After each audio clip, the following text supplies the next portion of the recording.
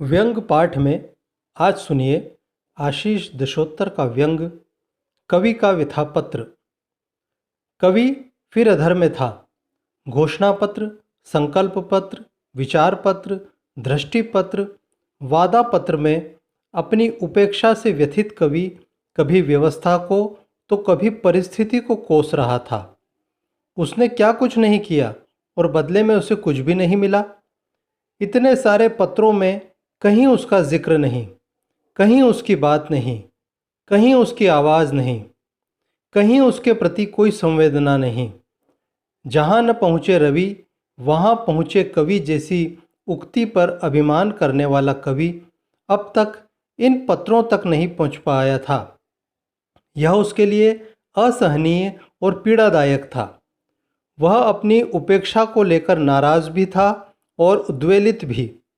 बार बार उसके भीतर से यही स्वर फूट रहे थे, इधर जाऊं, उधर जाऊं, यहाँ जाऊं, वहाँ जाऊं, कोई बतलाए अपना दर्द लेकर मैं कहाँ जाऊं।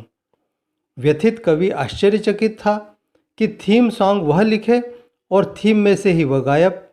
दृष्टि पत्र वह बनाए और उस पर ही दृष्टि नहीं।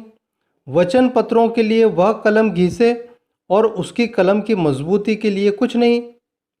भाषण देने की कला वह सिखाए और भाषण में कहीं उसका जिक्र नहीं। भाषा के संस्कार वह दे और संस्कारों में कहीं कवि की भाषा नहीं।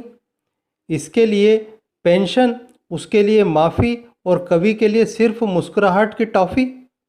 निरंतर होती इस घोर उपेक्षा ने उसके भीतर का आक्रोश उथाले मार रहा था।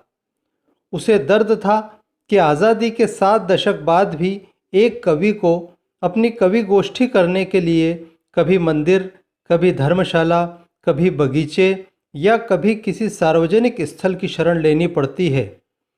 कवि कभी किसी के घर पर गोष्ठी करने की मनुहार करता, यानी उसे इतने वर्षों में एक ऐसा स्थान भी नहीं मिल पाया जहां वह अपनी गोष्ठी कर सके। आखिर वह अपनी कविता लिखकर सुनाए तो किसे और कहाँ? कवि होने पर घर वाले हर बार ताने मारते हैं सो अलग। इतना सब कुछ सहने के बावजूद उसके बारे में किसी भी पत्र में कोई जिक्र नहीं। किसी को उसकी परवाह नहीं, किसी के चिंतन में वह शामिल नहीं। उसकी व्यथा अब एक व्यथा पत्र का आकार ले रही थी। वह अपने व्यथा पत्र में तमाम तरह के घोषणा पत्रों, वचन पत्रों, दृष्टि पत्रों और संकल्प पत्रों को बेनकाब करने के लिए कमर कस चुका था। अगले कुछ समय में कवि का यह गुस्सा सामने आएगा, यह तय है।